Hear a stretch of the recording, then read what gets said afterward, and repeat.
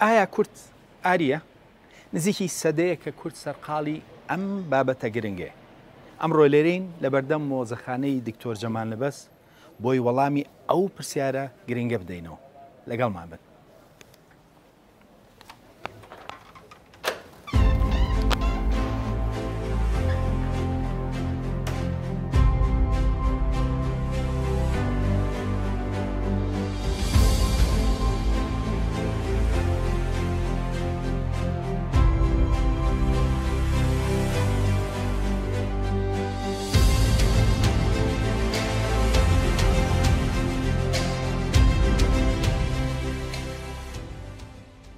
لە سەدەی ڕابردووە بابەتی ئاریبوونی کورد بابەتێکی گەرمە و زۆربەی پەرتووکە کوردیەکان بەوە دەست پێ دەکەن کە کورد لە بنەچەیەکی ئاریە. واتە ئاریبوونی کورد بووە بە بەشێک لە ناسنامەی نەتەوەکە. جا بابەیەکەوە بزانین تا چەند ڕاستە کە کورد ئاریە. بەڵام پێشەوەی لە ئاریبوون یا لە ئێرانیبوونی کورد کۆڵینەوە دەبێت ئەوە بزانرێت چەندین بابەت هەیە ئەمڕۆ نەک هەر لە ناو کووردا بەڵکو لە جیهانیشدا وەک ڕاستیەکی حاشا هەڵنەگر مامەڵەی لەگەڵدا دەکرێت. بەڵام کاتێک کە سەیری سەرچاوەکان دەکەیت ئەوە بە تەواوی شتێکی جیاواز دەبینرێت. با نەخشەی گۆی زەوی وەک نمونە سیر بکەین.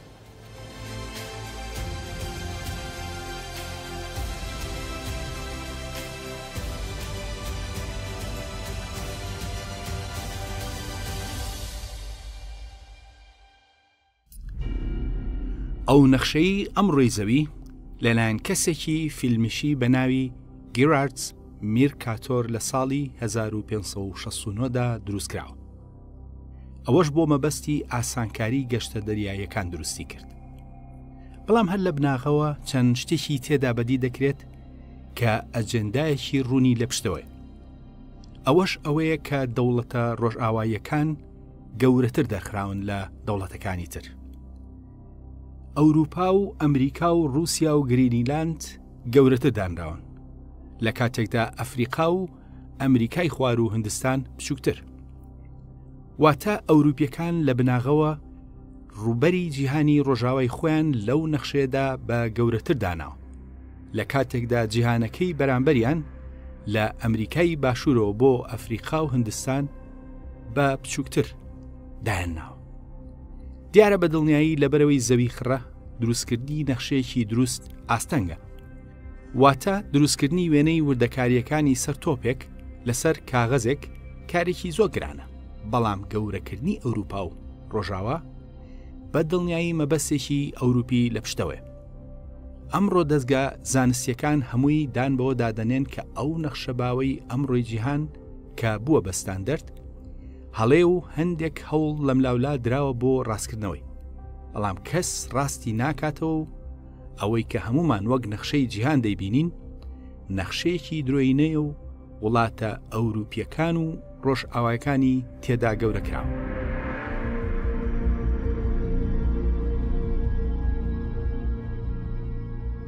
ئەم پێشەکیە بۆ ئەوە دەهێنمەوە کە هەندێک جاشتی زۆر سادەی ڕۆژانەمان هەڵێ و سەرەڕای ئەوەی کە بەشێکی بەرچاومان دەزانین هەڵەیە، بەڵام قوبوڵمان کردووە و هیچی سەبارەت ناکەین، بە تایبەت کە ئەو هەڵەیە لە بەرژەوەندی هەندێک وڵاتی بەهێز و کاریگەردا بێت.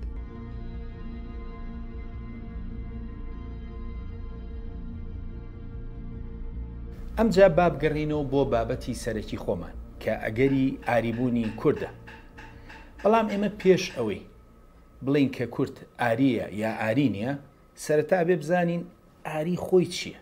لەبەرەوەی ناتوانین ئێمە بزانین کە ئەو شتین یا ئەو شتەنین ئەگەر سەرەتا ئەو شتەمان نەناسی بێت.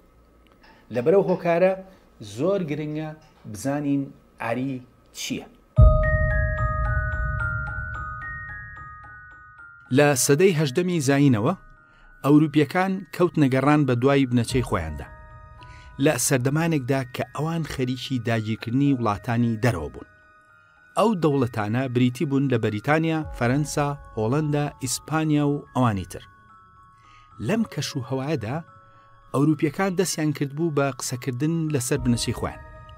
لە ساڵی 1786دا کابرایەکی دادوەری ئینگلیز بە ناوی سەر ویلیام جۆنس لە هندستان کە لەژێر دەسەڵاتی ئینگلیزدا بوو سەرنجی پەیوەندی نێوان زمانی سانسکریت و یۆنانی کۆن و لاتینیدا بوو. ئەو پێیوا بوو هاوشێوەییەک هەیە لەگەڵ ئەم زمانانەدا. جا ئەگەرچی ئەو ئاماژەی بەو پەیوەندیە کرد، بەڵام هیچ ناوێکی تایبەتی بۆ ئەو گروپە زمانەدانەنا. دوابەدوای ئەو لە ساڵی 1813دا توێژەرێکی ئینگلیز بە ناوی تۆماس یەنگ بۆ یەکەم جار دەستەواژەی هندۆ ئوروپی بۆ ئەو گروپە زمانەوانیە دانا. هەندێکی تر ناوی کەسی تر دەبن وەک یەکەم کەس. بەڵام ئەوەی گرنگە لە سەرەتای سەدەی 19هەمدا ناوەکە بەکارهێنرا. واتە سەرەتا ئەوان پەیوەندی زمانەوانی نێوان زمانی سانسکریتی وڵاتی هند و زمانە ئەوروپیەکانیان سەرنجدا. ئەو وای کرد کە ناوێک دابنێن بۆ ئەو گروپە زمانەوانیە بە ناوی هندۆ ئوروپی، واتە ئەوان پێیان وا بوو کە پەیوەندی هەیە لە نێوان زمانی سانسکریتی هند و ئەوروپادا. ئەمەش بابەتێکی زانستی و بەڵگەی زانستی پشتگیری دەکات. بۆ نمونە سەرڕایەوەی کە وڵاتی ئینگلیز هەزاران کیلۆمەتر لە کوردستان دوورە، بەڵام ڕستەیەکی ناسراوی شکسپیر وەک نمونە ئەو پەیوەندیەمان بۆ دەخاتە ڕوو. کاتێک شکسپیر دەڵێت to be or not to be، بە کوردی دەبێتە بی یان نەبی.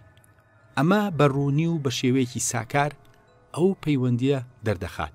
یان بۆ نمونە وتی ئەوێری زمانی ئینگلیزی لە کوردیدا دەبێتە وت وریا، بە هەمان مانە.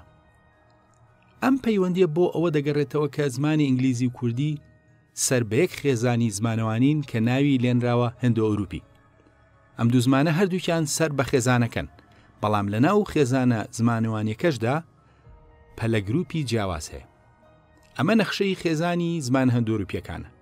لە نەخشەکەدا دەبینین زمانی کوردی یەکێکە لە زمانەکانی خێزانی زمانە هندۆ ئوروپیەکانە و بە هەمان شێوەش زمانی ئینگلیزیش بەشێکە لەو خێزانە. کەواتە ئەم پەیوەندیە لە نێوان ئەم زمانانەدا پەیوەندیەکی زمانەوانی و زانستی.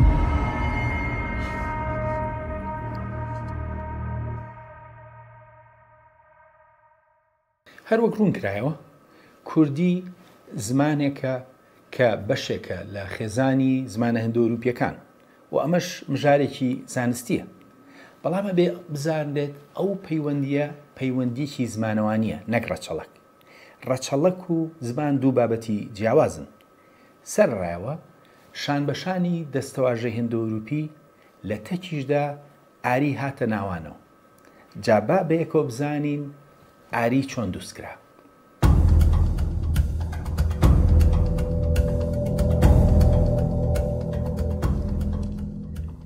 کاری زانستی هندۆ ئوروپی کە لەسەر بناغەی زمان بوو وردە وردە گۆڕا.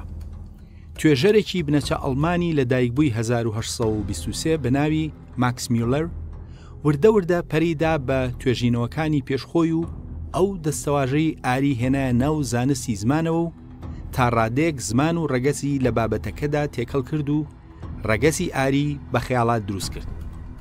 دەبێتەوە بزانین کە ڕێگەز لە ڕێگای پشکنینی جینەکانەوە لە تاقیگەدا دەستنیشان دەکرێت، نەک لە ڕێگای زمانەوە. بەڵام بۆ سەردەما ئەو کارە نازانستیە قبول کرا.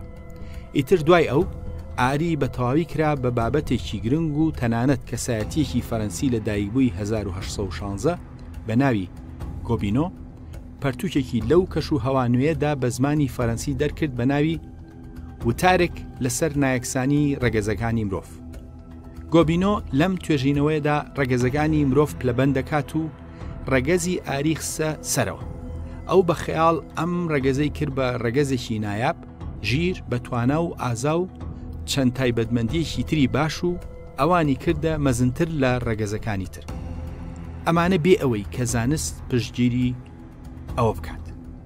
دواتریش چامبەرلینی لە دایکبووی 1855 ئەو گوتی کە ڕەگەزی ئاری لە پشت دروستبوونی شاسانێتی ڕۆژئاواوەیە و تێکەڵبوون بە ڕەگەزەکانی تری وەک جووەکان ئەم ڕەگەزە مەزن و تایبەتە تێک دەدات.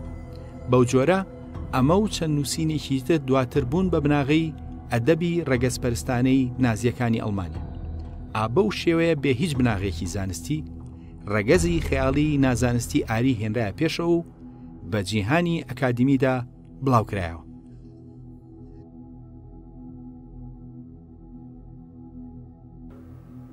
وەک بینیمان ڕاستە زانست پشتگیری لەوە دەکات کە پەیوەندیەکی زمانەوانی لە نێوان کۆمەڵێک زماندا هەیە کە بە خێزانی زمانە هەندوروپیەکان ناسراون. بەڵام ڕەگەزی ئاری دروستکراوی خەیاڵی هەندێک لە ئەوروپیەکان بوو کە دەیانویست ڕابردوویەکی شکۆمەندی هەڵبەسراو بۆ خۆیان دروست بکەن. پرسیارەکە ئەوەیە ئایا لە دەرەوەی ئەم هەوڵانەدا ئاری هەبووە؟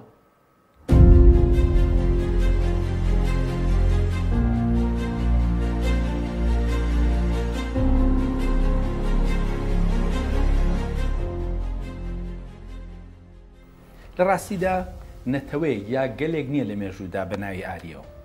ڕاستە لە دەقەکانی سانسکریتدا ئاماژە بە خەڵکی ئاری کراوە وەک کەسانی مەزن و ڕەسەن، نەک وەک نەتەوە یاخود ڕەگەزێکی تایبەت و ئەوان وەکو چینێکی باڵا ئاماژیان پێکراوە و شوێنێکیش هەیە بە ناوی ئاریاوە کە زیاتر ئەفغانستانی ئەمڕۆیە. واتە کۆی دروستبوونی ئاری بەرهەمی خەیاڵاتی ناسیۆناڵستی و ڕەگەزپەرستانەی ئەوروپیەکانە. ئەمان هاتن چەنووشەیەکیان لە دەقا کۆنەکاندا دۆزیەوە و لەسەر بناغی ئەو چەنووشەیە نەتەوەیەکی خەیاڵیان دروست کرد. لەو ساتەوە ئەمە بووە بە مژارێکی گەرمی جیهانی ئەکادیمی و لە 100 ساڵی ڕابردوودا کوردیش خۆی بەم بابەتەوە سەرقاڵ کردووە.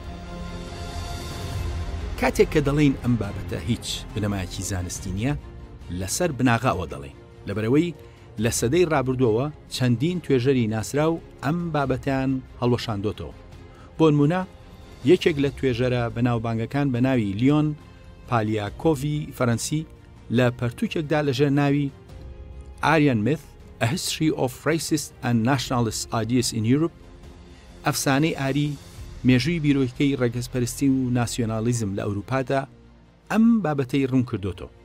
پالیاکۆڤ پەرتووکەکەی لە ساڵی 1975دا دەرکردووە و وەک لە ناو نیشانەکەیدا دەبینین ئەو ئاری بە ئەفسانە دادەنێت. ئەم لە کۆی پەرتووکەکەیدا ڕوونی دەکاتەوە کە چۆن زانستی زمانەوانی کە بە هەندۆروپی ناسراوە وردە بۆ خزمەتی بیری ڕەگەزپەرستی ئەوروپی سوودی لێوەرگیراوە و ئەفسانەی ئاری بەرگێکی درۆینەی زانستی کراوەتە بەر. لەو کاتەوە چەندین کەسی تر بە قوڵی لەسەر ئەم بابەتیان نووسیوە. بۆ نمونە لەژێر ناونیشانی The German Invention of Race داهێنانی ئەڵمانەکان بۆ ڕەگەز کە لە ساڵی 2007 دەرچووە، سارا ئەیگن و مارک لاریمۆر ئەوانیش بە هەمان شێوە ئاماژە بە نازانستی بوونی مژارەکە دەکەن و بە تەواوی ڕەتی دەکەنەوە. لە تەکیدا هەموو هەوڵەکان دەخەنە ڕوو کە بۆ مەبەستی سیاسی ویستویانە دەستەواژەی ئاری بەکاربێنە.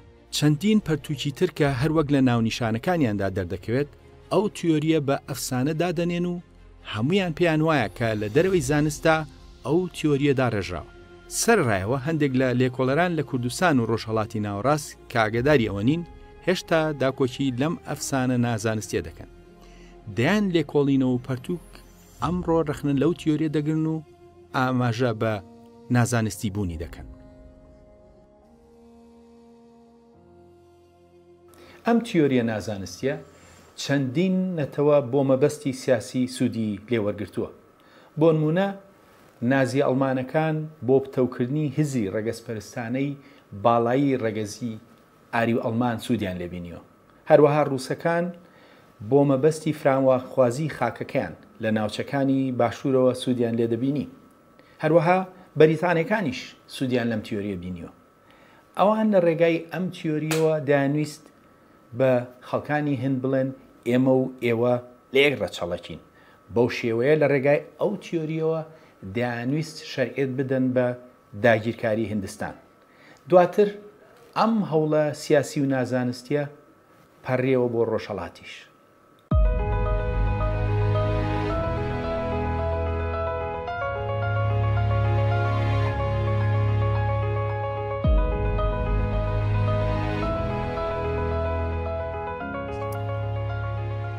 هەروەک ئاماژەمان پێکرد تیۆریە نازانستیەکە بوو بە ئامرازێکی سیاسی و هەر یەکە بۆ بەرژەوەندی خۆی بەکاری دێنا.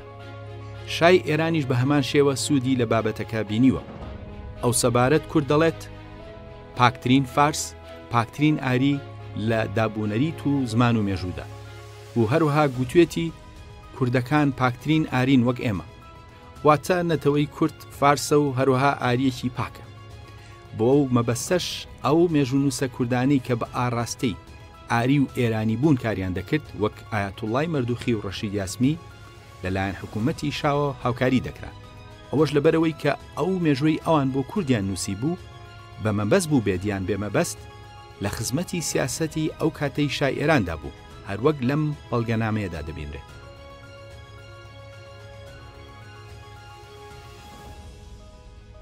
دواتر لەگەڵ کەش و هەوای داهێنانی ئاریدا ناوی ئێرانیشیان هێنایەکایەوە. لە سەرەتای سەدەی 20دا ڕۆژهەڵاتناس و شوێنەوەناسی ئەڵمانی بەناوبانگ ئێرنست هەرزفیلد لە گریمانەیەکدا گوتی کە ناوی ئێران پەیوەندیەکی مێژووی هەیە بە هۆزە ئاریەکانەوە کە کۆچیان کردو بۆ ناوچەکە. پاژماوەیەکی کورد لە ساڵی 1935دا ڕەزاشای پەهلەوی فەرمانیدا بە جێگرتنەوەی هەمیشەی ناوی فەرمی فارس بە ئێران. لەو کاتە بەدواوە دەوڵەت دەستی کرد بە پرۆگرامێکی ڕێکخرا و داڕشتنی ناسنامەیەکی نیشتیمانی بەهێز و نەتەوەی مێژووی خەیاڵی ئاری و ئێرانی. وەک پێشتریش ئاماژەمان پێکرد، بەریتانیەکانیش سوودیان لەو تیۆریە بینیوە. بۆ نمونە ئەم پەرتوکەی تۆماس ترۆتمان لە ژێرناونیشانی ئاریەکان و هندستانی بەریتانی بە تەواوی تەرخانکراوە بۆ ئەوەی کە ڕوونی بکاتەوە بەریتانیەکان چۆن ئەو تیۆریە هەڵبەسراوە نازانستیان بۆ خزمەتی داگیرکاری هندستان بەکارهێناوە. بەو جۆرە ئەم تیۆریە خزمەتی گەورەی ئەجەندای سیاسی کردووە، لە هەمان کاتدا بووە بە گەورەترین بربەست لە بەردەم زانست و تێگەیشتنی زانستی لە کورد و زمانەکەی و بنەچەی زمانە ئیندۆ-ئەوروپیەکان.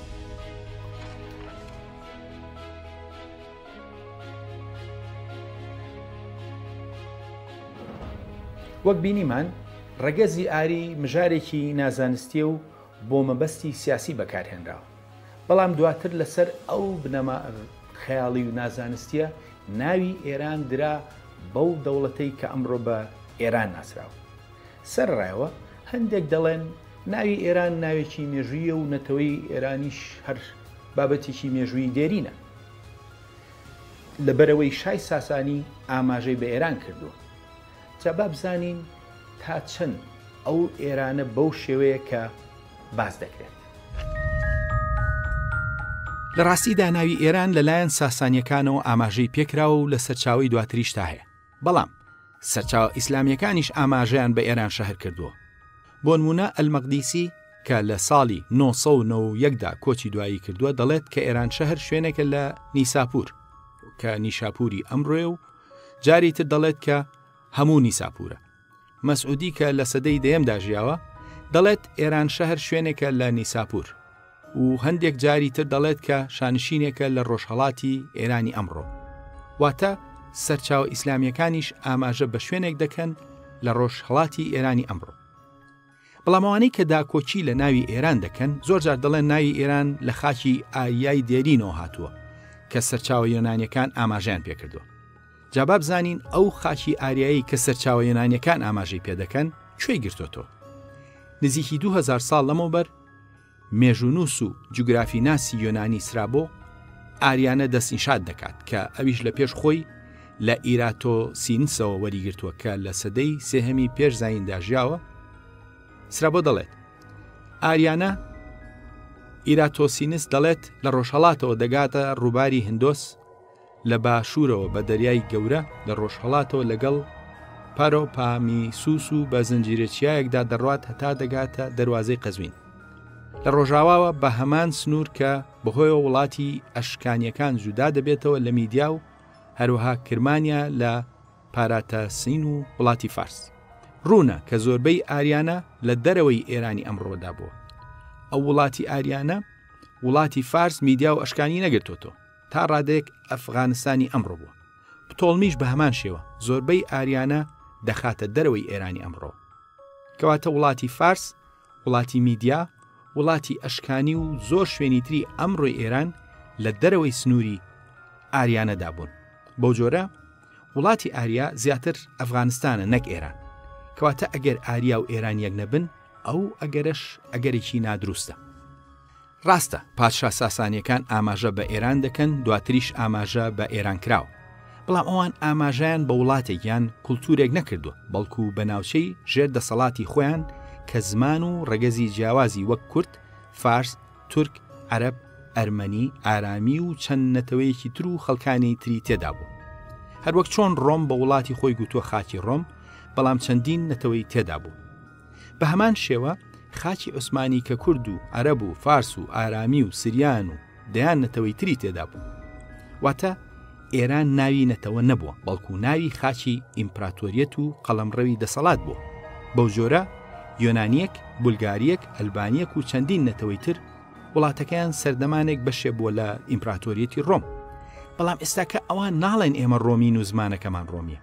بە هەمان شێوە خاچی کوردیش سەردەمانێک بەشێک بووە لە ئیمپراتۆریەتی ساسانی بە ناوی ئێران، بەڵام ئەمڕۆ کورد نابێتە ئێرانی. بە هەمان شێوە سەردەمانێک سووریا و میسر بەشێک بوون لە دەوڵەتی عوسمانی، بەڵام ئەمڕۆ سووریا و میسر نابنە عوسمانی.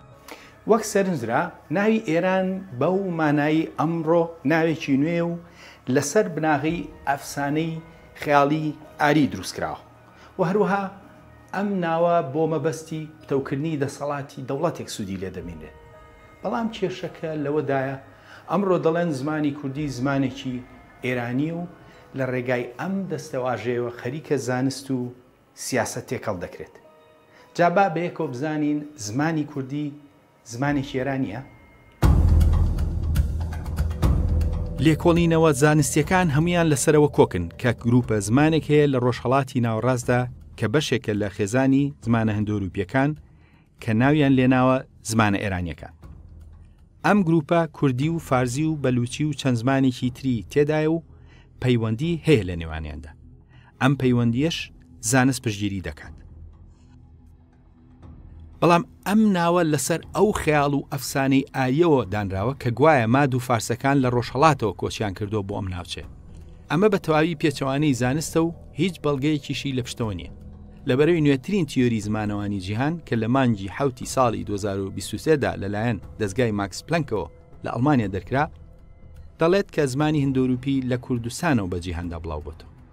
کەواتە کە زمانەکە خۆی لە کوردستانەوە سەری هەڵدابێت، ناوی زمانە ئێرانیەکان نەک هەر نازانستیە، بەڵکو بابەتە زانستیەکە شتێک دەدات و لەگەڵ ناوەکەدا ڕوانگەیەکی هەڵە دروست دەبێت بۆ مێژوو زمان کە دژی بابەتە زانستیەکە دەبێت. لە کاتێکدا کە کاتی خۆی ناوی ئێران دراوە بەو گروپە زمانی کە زمانی کوردی تێدایە، ئەو سەردەمە بڕوا بە تیۆری ئاری کرابوو. ئەو بۆچوونەش دەیگوت کە زمانەکە لەو ناوچانەی ئێرانەوە هاتوون. بەڵام وەک گوتم تیۆری نوێ دەڵێ زمانی هندۆروپی لە کوردستانەوە بە جیهاندا بڵاو بەتەوە. ڕاستیەکەی هەر زمانی هندۆروپی نییە کە لە کوردستانەوە بڵاو بەتەوە، بەڵکو شوێنی ماڵیکردنی گەنمی جۆری ئینکۆر نەخشەی کوردستان دروست دەکات. هەروەها ئاژەڵەکانی وەک بزن، ڕەشە وڵاخ، مەڕ و بەراست لەسەر خاکی کوردستان بۆ یەکەم جار ماڵی کراون.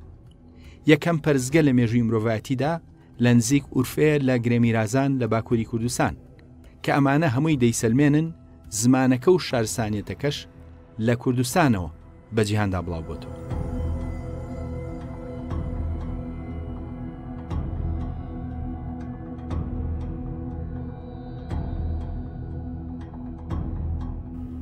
نوێترین تیۆری ئەوروپی دەڵێت کە زمانی هندۆروپی لە کوردستانەوە بە جیهاندا بڵاو بۆتەوە. ئەم ژارە لە ئەوروپادا نوێ، بەڵام لە دوو پەرتووکی مندا ئەوە پێشنیار کراوە و پێش 10 ساڵ ئەم بابەتەیەک لا کراوەتەوە کە زمانی هندۆروپی لە کوردستانەوە بە جیهاندا بڵاو بۆتەوە. هەر لەبەر ئەو ڕاستیە کە لە هەردوو پەرتووکەکەی مندا لە بری زمانە ئێرانیەکان زمانە زاگرۆسیەکان پێشنیار کراوە. جا با بەیەکەوە بزانین بۆ ناوهێنانی زمانی کوردی بە زمانە ئێرانیەکان هەڵێ و بە زمانە زاگرۆسیەکان گزارش لە ڕاستیەکی مێژووی و زمانەوانی دەکات. کوردستان لانکەی شارستانیەتە. ئەمە پەخشان و پێهەڵدان نییە، بەڵکو بابەتێکی زانستی ڕوونە. شۆڕشی کشتتوکاڵ لە کوردستانەوە دەسی پێکرد کە بناغی پایەکانی شارستانیەتی مرۆڤایەتی ئەو شۆڕشە داینە. لەبەرەوە چەندین دانێوەڵە لە کوردستانەوە دەسی پێکردووە. کۆنترین پەرزگە لە سەرخاکی کوردستانە و لە نزیک شاری ئورفێ، کۆنترین تۆڕی ماسی لە مێسۆپۆتامیا و دەوروبەریدا لە بێ سانسور دۆزراوەتەوە.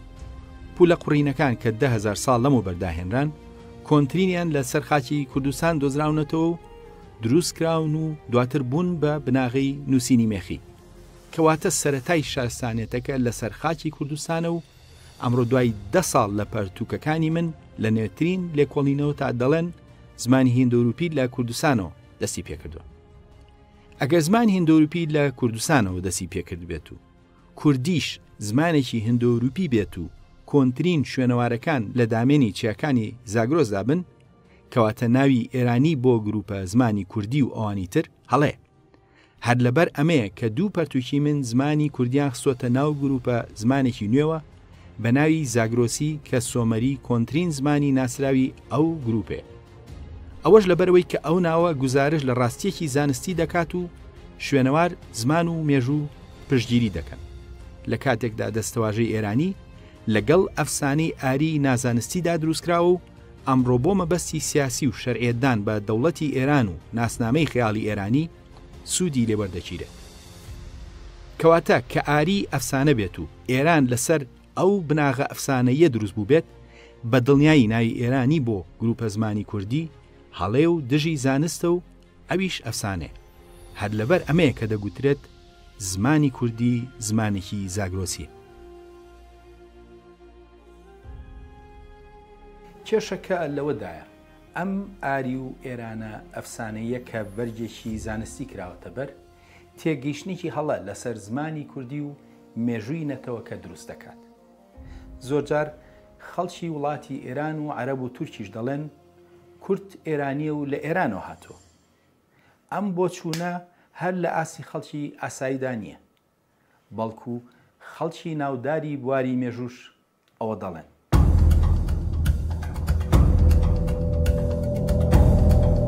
بۆ نمونە لەم ڤیدیۆدا پرسیار لە مێژوونووسی عێراقی خەز ئەلماجدی دەکرێت کە ئایا کورد سۆمەریە؟ ونفس السؤال هل الأكراد والإيزيديين هم السومريون كما يدعون؟ كلا أبدا، الأكراد آريون والإيزيديون خليط من الآريين والساميين. دەبینین ئەو گشت وەڵام دەداتەوە دەڵێ نەخێر کورد ئاریە. کێشەکە ئەوەیە کە ئەوەی پرسیارەکەی لێ دەکات ناڵێت ئاری چییە. خەزەن ماجدی گەلەی بپرسید ئاری چییە؟ ئەو چیرۆکە ئەفسانەیەت بۆ باز دەکات کە لە سەدەی ڕابردوودا داهێنراوە و ئەمڕۆ لە ناو دەستگا ئەکادیمیە جیهانیەکاندا وەک تیۆریەکی ئەفسانەی و بابەتێکی نازانستی سێر دەکرێت.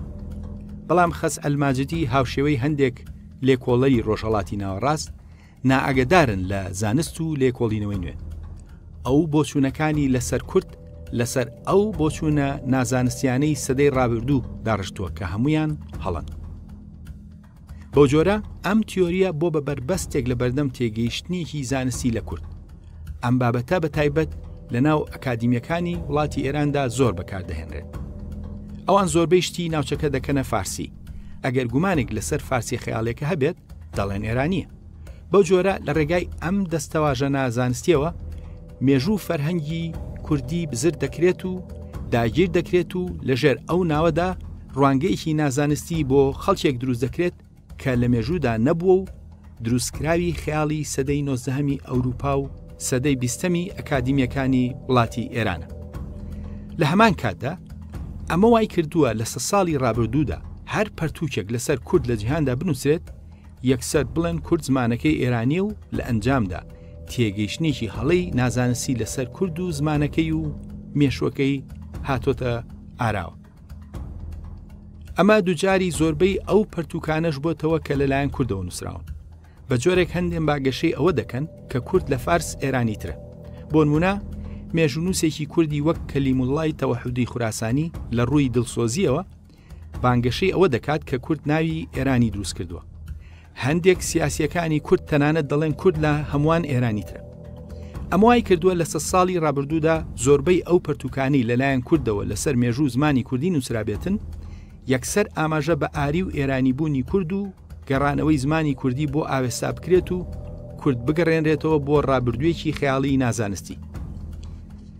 لە ڕاستیدا ئەفسانەی ئاری نازانستی گەورەترین زیانی گەیاندووە بە توێژینەوە و تێگەیشتن لە مێژووی کورد و زمانەکەی. بەڵام ڕۆڵێکی گەورە و بێبنەمای نازانستی داوە بە نەتەوەی فارس.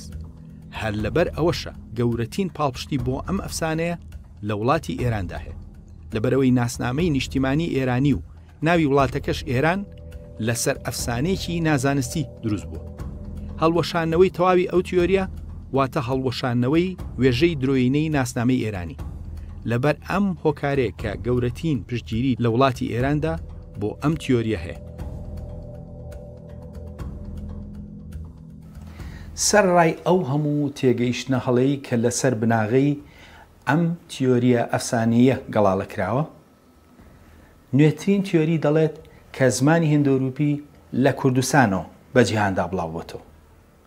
کەواتە بەپێی ئەو تیۆریە زمانی کوردی زمانێکی زاگرۆسیە و لە کوردستانەوە دەسی پێکردووە.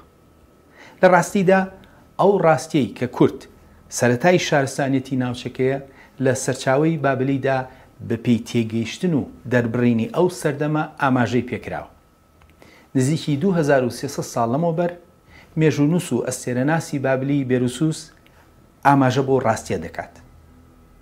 بیرۆسوس مێژوونووس و پیاوی ئاینی و ئەستێرەناسی خەڵکی بابل بوو.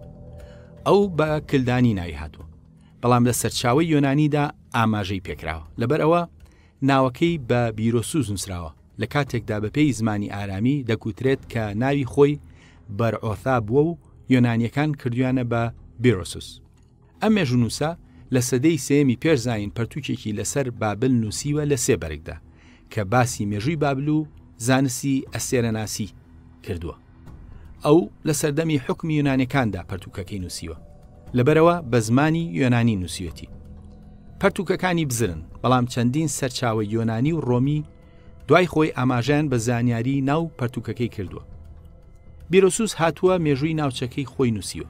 ئەو دەڵێت سەرەتا پادشاکانی بابل دوای لافاوەکە 86 بوون. 84یان مات بوون و دوانیان کلدانی. بە دڵنیایی نابێت مێژوونووسێکی بابلی کە دەستی بە ئەرشیفی دەوڵەمەندی ئەو سەردەمەی بابل گەیشت بێت ئاگاداری مێژووی خۆیان نەبوو بێت. سەرڕایەوە قسەکانی بە تەواوی دژی ئەو بۆچوونەی ئەمڕۆیە کە مادەکانی کردووە بە خەڵکی کۆچبەر بۆ ناوچەکە کە گوایە 2800 ساڵ لەمەوبەر هاتوونەتە ناوچەکە. پرسیارەکە ئەوەیە، ئەی بۆ بیرۆسوس بە پێچەوانەی جیهانی ئەمڕۆ ئەو بابەتەی لەسەر مێژووی شوێن و دەڤەرەکەی خۆی نووسیەتی و بنەچەی شارستانێتی بابلی گەڕاندەوە بۆ مادەکە؟ وەڵامەکەی ڕوونە. بیرۆسوس پەرتووکەکەی بە زمانی یۆنانی و بۆ خوێنەری ئەو زمانە نووسیوە. لە ناو یۆنانیەکاندا مادەکان دەناسران، بەڵام سۆمەریەکان نەدەناسران. هەر لەبەر ئەوەیە کە ئەو سەرەتای پاشاکانی بابلی بۆ مادەکان گەڕاندۆتەوە.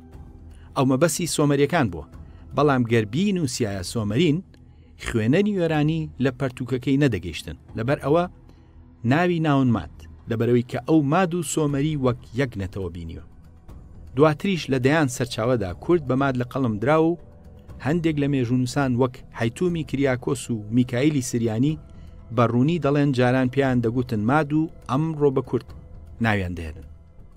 کەواتە گەر کورد ماد بن و مادیش سۆمەری، بەو شێوەیە سۆمەریەکان هەر کورد بوون، بەڵام کوردی دەژ بوون. هەر لەبەر ئەوەشە کە بیرۆسوس بە ماد لە قەڵەمی داون. ئەمانە هەمووی ئەوە دەسەلمێنن کە زمانی کوردی و فەرهەنگەکەی لە چیاکانەوە بڵاوبۆتەوە بە ناوچەکەدا و زاگرۆز مەڵبەندی زمانی هیندۆروپیە و زمانی کوردیش کۆنترین زمانی زیندوی ئەو گروپە زمانەوانیە. هەر لەبەر ئەوەشە دەستەواژەی ئاری و ئێرانی دوو دەستەواژەی سەردەمانێکن کەوا دەزانرا زمانەکە لە شوێنی ترەوە هاتۆتە کوردستان. بەڵام کە نوێترین لێکۆڵینەوە ئەوە بسەلمێنن زمانەکە لە کوردستانەوە بڵاوبۆتەوە، کەواتە دەبێت کۆی ئەو بۆچوونە دێرینە سەبارەت بە بنەچەی کورد و زمانەکەی و مێژوەکەی بگۆڕێت. کەواتە وەک ڕوون بووە ئاری و ئێرانی دوو دەستەواژەی نازانستین و زیاتر خزمەتی ئەجەندای ئایدیۆلۆژی و نەخشەی سیاسیان کردووە وەک تێگەیشتن لە مێژوو. هەروەها کاتێک کە لە دەرەوەی دەستەواژەی ئێران و ئاریدا کار دەکەین، بۆمان دەردەکەوێت کە زمانی کوردی زمانێکی زاگرۆزیە و وەک سەرەتای زمانی هیندۆروپی لە چیاکانی کوردستانەوە ئەو زمانە هاتۆتە خوارێ و بە جیهاندا بڵاوبۆتەوە. بۆ ئەوەی لە خۆمان و لە مێژوو لە فەرهەنگمان بگەین، دەبێت پێداچوونەوە بە هەموو ئەو بۆچوونانەدا بکەینەوە کە لە ڕابردوودا لەسەر ئەم بابەتانە دراون. ئەوەش بە ئامانجی ئەوەی کە بە شێوەیەکی زانستی لە خۆمان بگەین. هەروەک لەم بەرنامەیەدا ڕوون بووە ئاری و ئێرانی دوو دەستەواژەی نازانستین و لە بناغەوە بۆ مەبەستی سیاسی بەکارهێناوە. جگەلەوە مانەوەیان دەبێتە هۆی تێگەیشتێکی هەڵا لەسەر زمانی کوردی و مێژووی نەتەوەی کورد. لەبەرەوە لە 10 ساڵی ڕابردوودا پێشنیازی زمانە زاگرۆسیەکان کراوە لە بری زمانە ئێرانیەکان لەبەرەوەی ئەم ناوە زانستیە و گزارش لە ڕۆڵی زمانی کوردی و مێژووی نەتەوەی کورد دەکات.